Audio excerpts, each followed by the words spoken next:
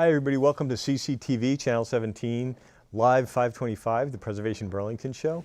Preservation Burlington is a not-for-profit 501c3 organization, and our mission is to preserve and protect the architecture and history and livability of Burlington through education and advocacy. Sure is. It's like I have it memorized. Thank you. Tonight we have Spotlight Vermont at City Hall, and our guests are Angie Grove, Ethan Allen Homestead Director. That's correct. Yep. And Sam Carolyn Oh, Gould. Carol. I'm sorry. I thought he was joking. I was reading, I know. I was reading too many things earlier. I apologize. And also from the... No, I'm president of the Chittenden County Historical Society. Yes, of course. You're betting for zero today. Juche, I know. So, okay. Vermont at City Hall. Take over, would you? Thanks for joining us tonight. We're so excited that you're here and talking about so many things. But specifically, we're going to be talking about your upcoming event at the Ethan Allen Homestead, right? Well, that's one of the things we're going to talk about. Yes. So tell us about that. Well, you're right in most of counts. The event is going to be at City Hall Park in downtown. Okay. Because it is now so popular, we're not going to fit at the Ethan Allen Homestead. So it has recently been changed locations, but we're really excited because it's going to give us a lot of new opportunities for the event. So this is called Spotlight Vermont 250, and it's really an outgrowth of what we did last year for the Chittenden County Historical Society's 60th anniversary. And we invited a lot of Vermont not-for-profits, mainly in Chittenden County, but people affecting Chittenden County, and to come to the homestead and make history come alive in some incredibly neat way. And people did such imaginative, creative things, and things that appealed to children of all ages, including adults, from 20 to 90, and it was great fun. And so we were going to do it again this year, and Angie had a bright idea. Well, I sent out a save the date for... This is why I'm so confused, because I remember last year's. Yeah.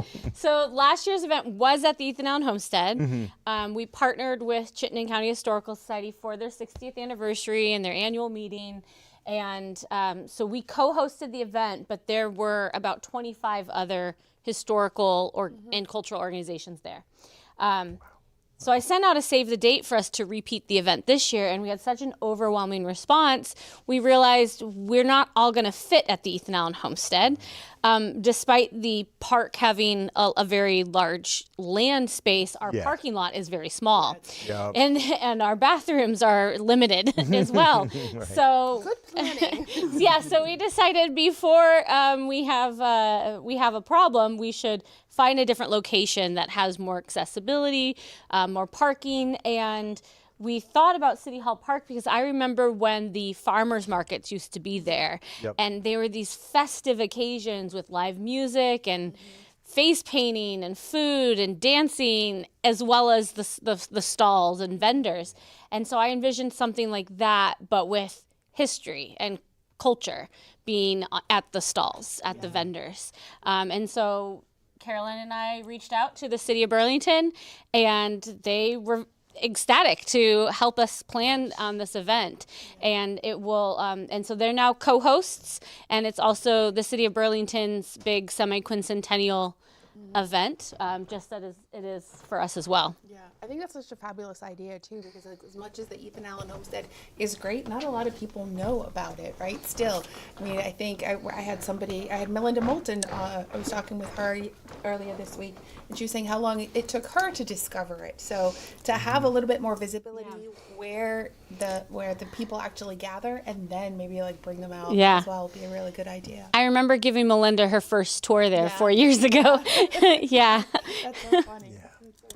What's really interesting is that we were able to showcase organizations that have very little public face. UVM Sterling Special Collections, for example, or the state records and archives. And they are treasure troves of just incredible information and centerpieces of history in Vermont, and they were able to interact with people and share with people what's available. And it was so fantastic. I'd like to add to say they're also treasure troves of people, these organizations, and they didn't just have a table that said, this is what we do at State Archives, this is what we do at UVM Special Collections. Yep. They had an interactive game, activities, they had coloring sheets, they had stickers, and so, you know, it was kid-friendly as well as interesting for adults. There was trivia and all sorts of other activities Not as well. static at all. No, Not It's like- so important because most Right. people remember history class from school, right? It's like it was a snooze. It was. I boring. hated history Yeah, until I did got out of too. school. and I'm like, wow, history's The interesting. Vermont and cool. Historical Society brought phenomenal. a thing called Claire's Games, which were everything from rolling hoops to gunny sack races to They had walking stilts. walking stilts Yeah. to all the games that many of us played, but even our parents and grandparents Right. played. Yeah. A fellow who is a historian who wrote the history of Jericho and Underhill came with his 1938 truck, and the kids got to climb on it and beep the horn. Oh, yeah. So are all these people coming back to this event? They've all expressed interest in coming back. The official registration won't open up till early May. Oh, okay. But they've all said yes, they're interested in coming back. Right, And so- I think my favorite stations were the Heritage Mill Museum from Winooski. Yep. They had flour pounding. So, I mean, kids got to wham with the hammers, and it would print the flour into the cloth. And the Vermont Archaeology Society was doing flint knapping to make stone tools. And so the visitors got to like sit there and make stone tools with them. So cool. And Abenaki Helping Abenaki had ash pounding. So again, it was another station where kids got to hit things with You hammers. know, I'm against giving children hammers, but they Sharp love it. objects, They right? love it. Yeah. They were so excited to see how you can make a basket, how by chipping away at the ash, you could get these thin slats that could be then molded into these beautiful works of art, which were also totally functional. Right. yeah. And so to see this little kid look at that and then go wham, wham, Yeah. and then out came this delicate, beautiful slath of wood. It was just spectacular. Yes, I think it's so important, right? Because like kids, when they learn about things like on their iPads or on TV or on their screens or in books, we don't think about where things came from or how they were invented or how they come to be. You know, like we see a cup and we don't think about it beyond what it already is. So it's really neat to be able to do that with the kids. So what is your goal for the event? Like what is the overarching goal for this? Well, this year is the 250th anniversary of the United States. And so our goal this year is to highlight, 250 years of Vermont history and culture. And, have that be this inclusive showcase of not just 1776, but that entire 250 years of what makes Vermont today. And so we're hoping to get even more partners and organizations than we had last year. We're going to be reaching out to more of the cultural groups as well. I think we really focused on historical societies for the most part last year, and this year trying to get a lot more of the cultural organizations too. Yeah, give a big broad picture of, because history didn't start and stop there. Right. Everything we've done since. And we publish 4 times a year a quarterly called The Bulletin that is free to our members. And we have run stories about other Vermont groups who have rich histories in and of themselves. I mean, one in particular is the Vermont Association for the Blind and Visually Impaired. There was a woman named Ann Connolly who ran a store in downtown Burlington with products that were made by the blind. And this was in the 20s and 30s. And we published an article by John Thomas, who is the development director for that organization. And so if you look at any cultural organization of whatever ilk in Vermont, of which there are a great many, they all have very rich and important histories that really don't get highlighted that much. Yeah, that's true. That's true. Do we have a video? I think We do have a video from Sam McGinnis from the Burlington, from City of Burlington Church Street Marketplace. Sam and her staff are very generously partnering with us on this. They're going to help us really turn this into a festival with food carts, with live music, with a DJ, Oh, wow. the water fountain splash pad going off for the kids to run through, and really turn this into a citywide party. the city always goes overboard, but it's going to be fun.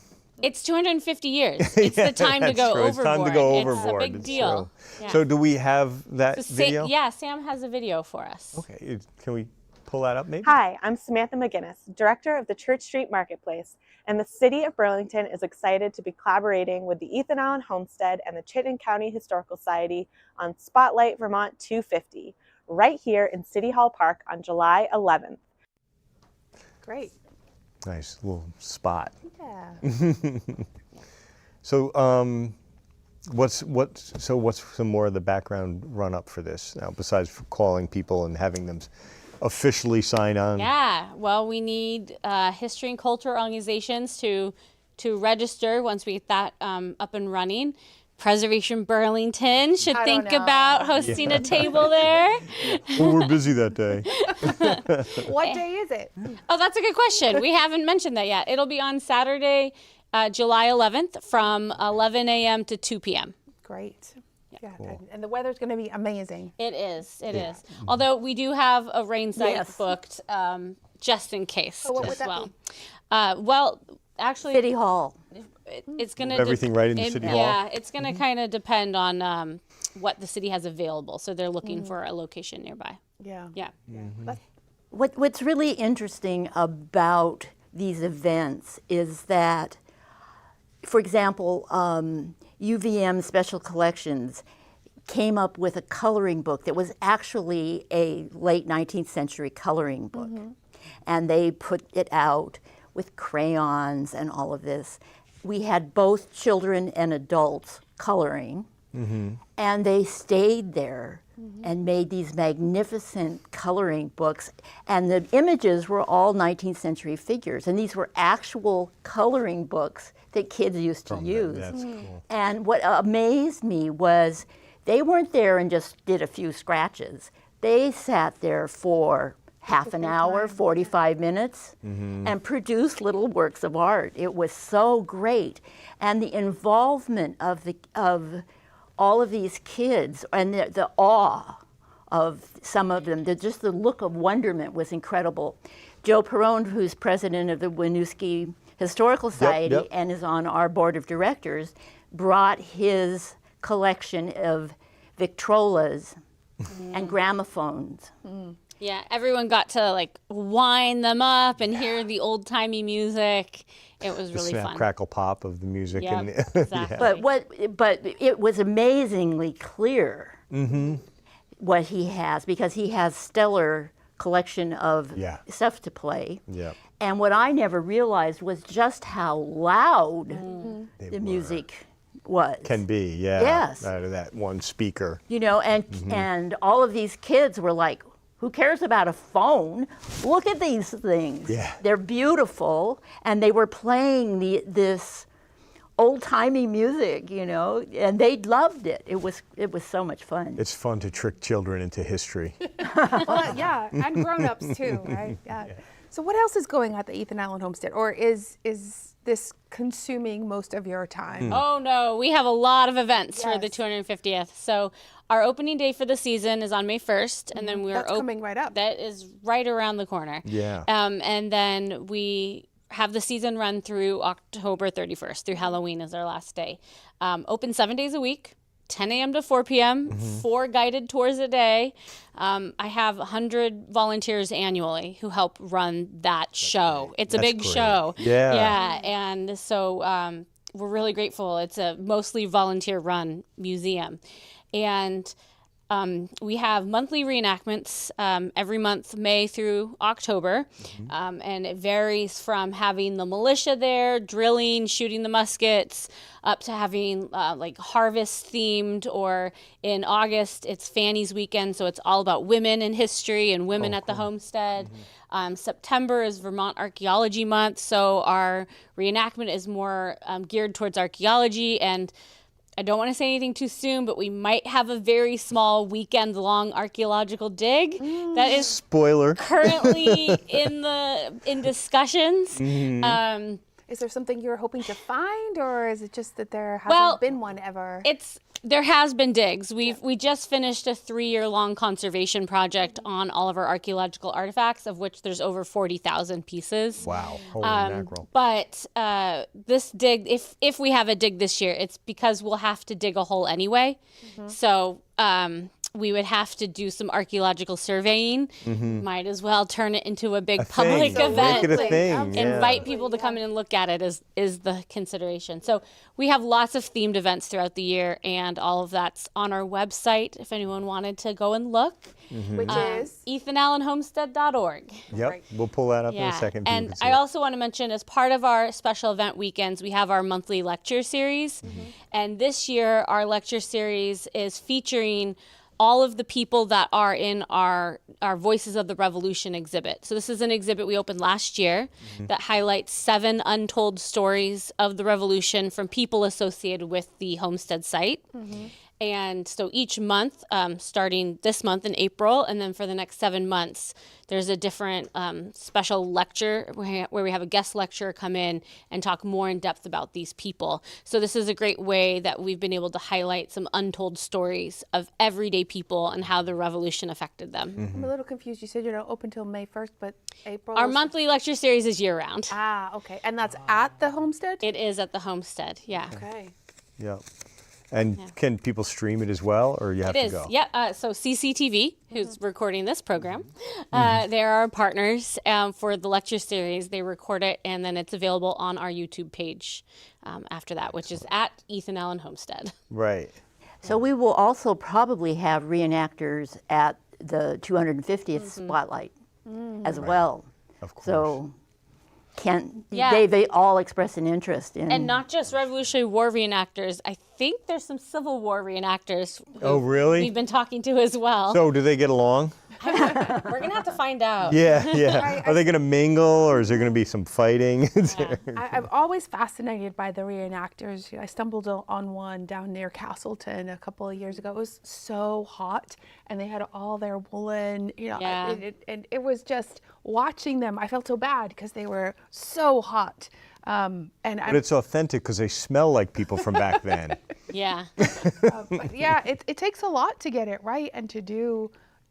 Where does that research come from, and where do the outfits come from? Where do the Most uniforms of the come from? reenactors make their own clothing. Really? Yeah. Yeah, for the most part. Yeah. And I they know do a lot of tremendous amount of research. research. Yeah, they do a lot They of do, research. and a lot of the personally. research is so reenactors in the reenactor world are not often called reenactors; they're called living historians.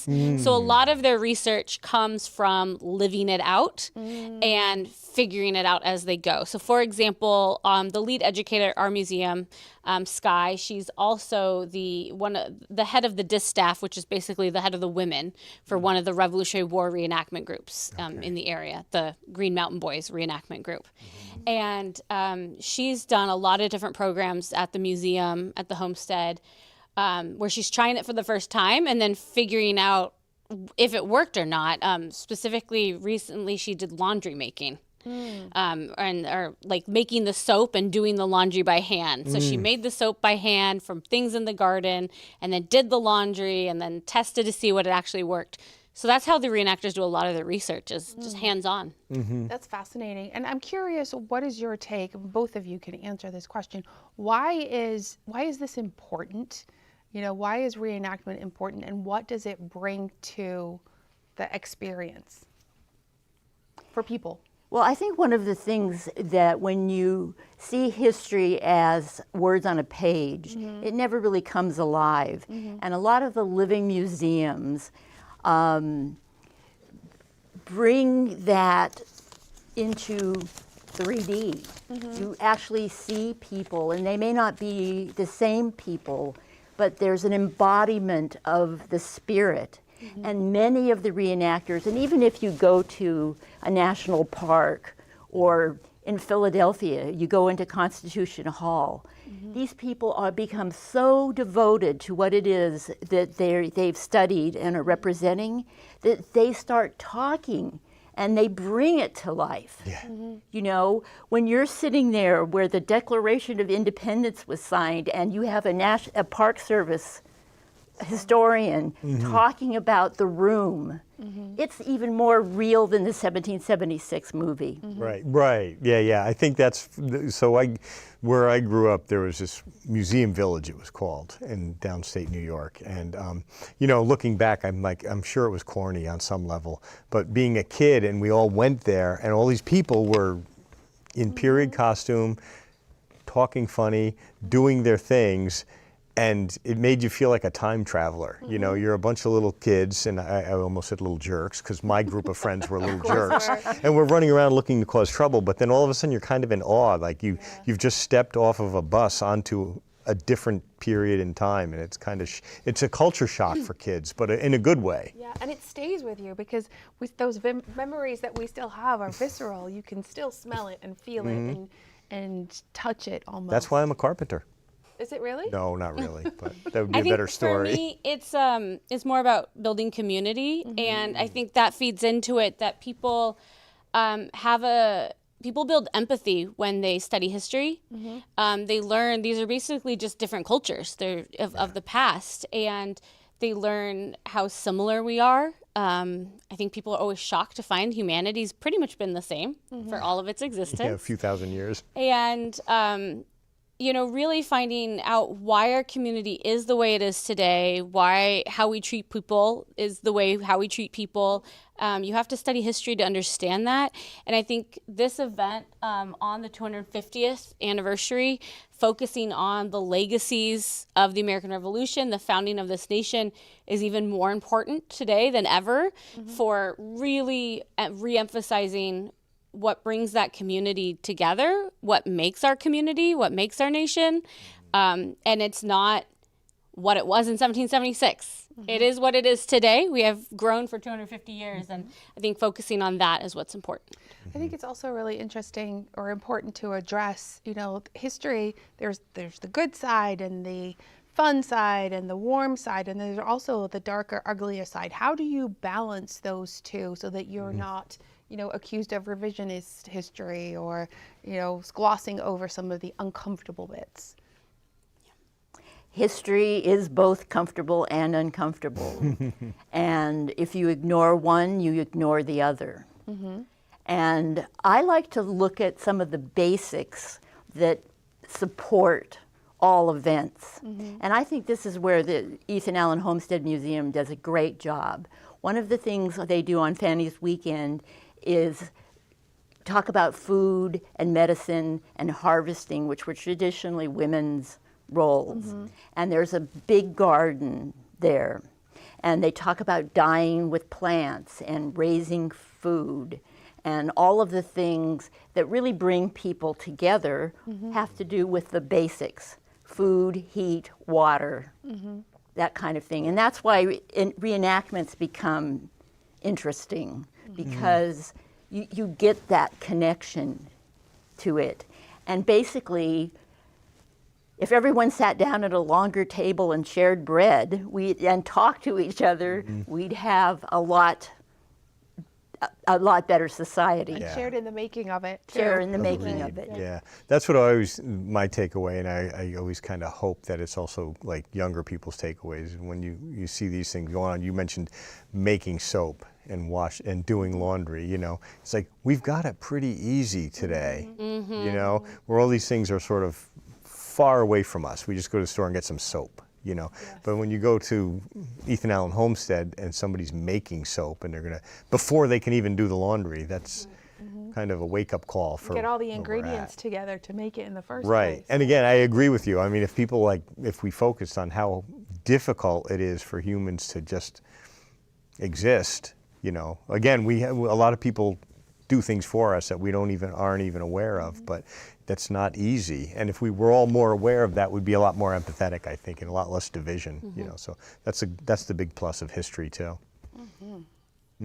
How long has the Ethan Allen homestead been there in its current form? Well, the museum opened in 1992, but the property was purchased in the 1970s, so it took a couple of decades while. to get it up and running. The house had been lived in by farmers who farmed that land for over 230 years. It's the oldest still standing building in the city of Burlington, and they did a lot of renovations on it after they purchased the property in the 1980s and stripped away a lot of that 200 years of history on the house because they were really excited to have an 18th century house. So then they reconstructed it back into its 18th century format, keeping as much of the original material as they could as well. And there were archaeological digs that they did. They had to apply for National Register status. So that was the work that went into it, and then opened in 1992 and has been open almost continuously ever since. And I do also want to mention that while the land was farmed for about 230 years by people who lived in that house, that land has actually been farmed for 600 or 700 years because it was farmed by the Abenaki peoples prior to British settlement there. So the Ethan Allen Homestead Museum is one of the longest continuously farmed sites in the state of Vermont because it's still being farmed today as well. Right. There's a lot of community garden groups and in particular New Farms for New Americans.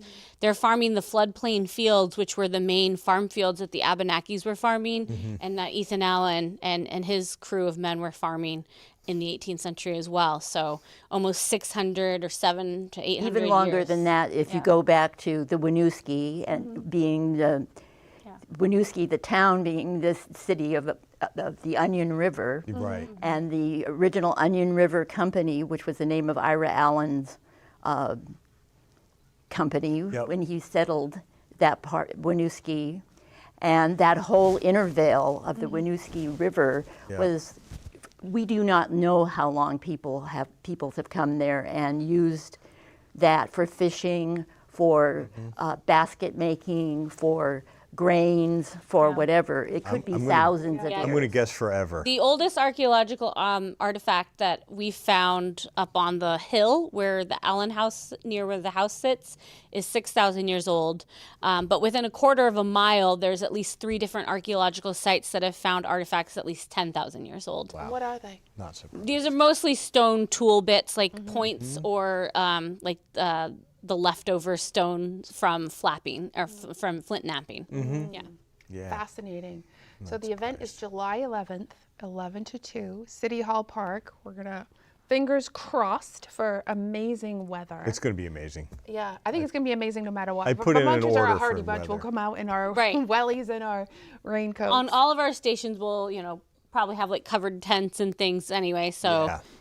even a bit of a drizzle won't How slow many us down. stations do you think they're going to be?